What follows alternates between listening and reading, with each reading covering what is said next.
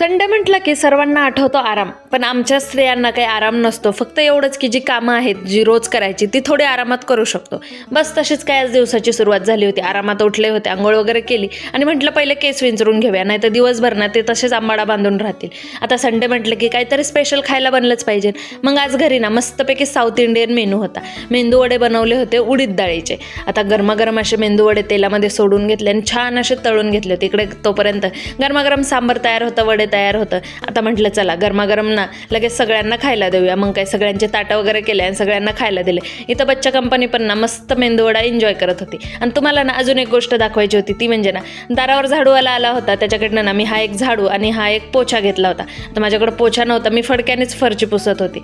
आणि आता पोछ्याचं तर काही हाय नाही, पण आता ह्या झाडूला बघा एवढं चुरगाळावं लागतं. याच्यामधनं एवढा बारीक बारीक बुरकुट निघतो ना, तो जर असा पहिले ना असं चोळून काढला नाही ना तो अख्ख्या घरभर होतो. आता बघा एवढूशा झाडूमधनं केवढा मोठा कचरा खाली पडलेला आहे. आता जर हा मी इथे बाहेर काढला नसताना तर रोज झाडू मारताना अख्ख्या घराच्या कोपऱ्यामध्ये हेच दिसलं असतं. आता नवीन पोछा आणला म्हणलं, पोछा तर मारलाच पाहिजे. मग काय मस्तपैकी पोछा मारला. आजच्यासाठी एवढं, भेटूया उद्या. बाय. व्हिडिओ आवडल्यास लाईक सबस्क्राईब